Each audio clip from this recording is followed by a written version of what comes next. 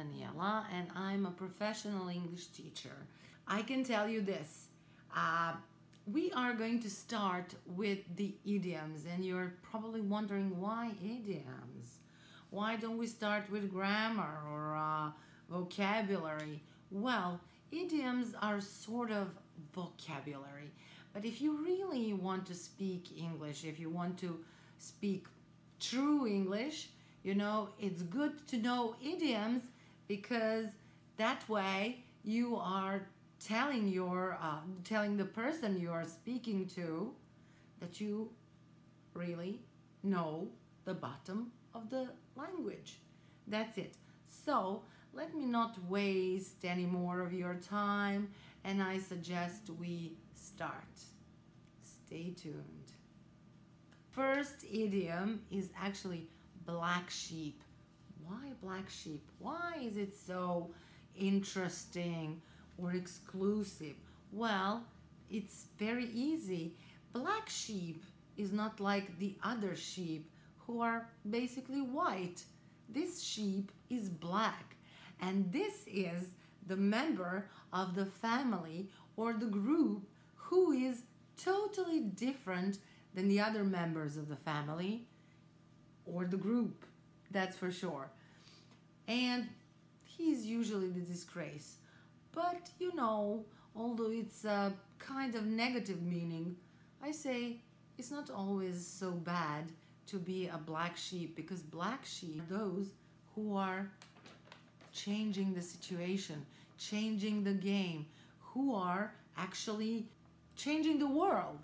So, for example, he's not a library goer, such a black sheep. His family goes to the library regularly. Yeah. Next idiom is red herring. Actually, red herring is a storytelling device that you saw probably many times in books or movies, you know, and it's a misleading device that actually makes you believe something that is not right in the end.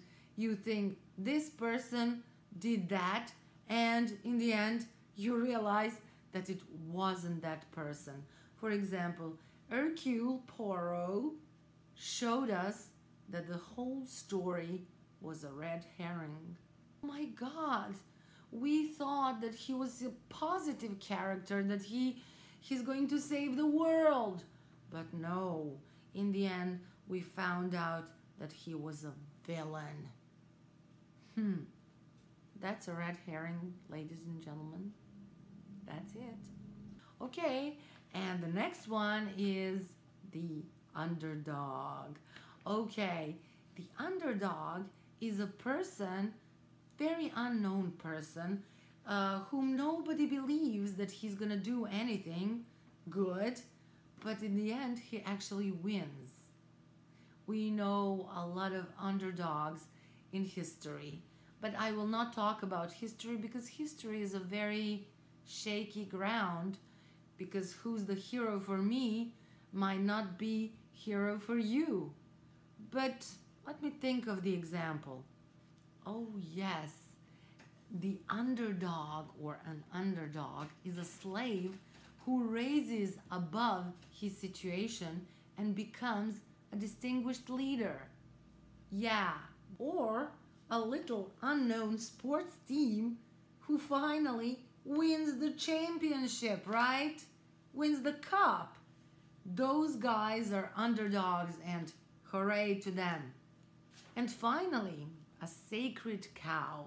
Yes, this is the animal that actually is sacred in some parts of the world. For example, India, cows are sacred animals there, and that's why in English language the sacred cow is actually a person or a thing that is beyond doubt. We must not question it, we should just believe it. It's a little bit dogmatic, that's true, but it's a sacred cow. Oh, don't go there, don't ask anything. It's a sacred cow. Okay, guys, so thank you very much for listening to these metaphors or idioms, as a matter of fact. And I just want to tell you that we are working hard towards the next video. We're preparing those for you. Okay, see you and bye bye.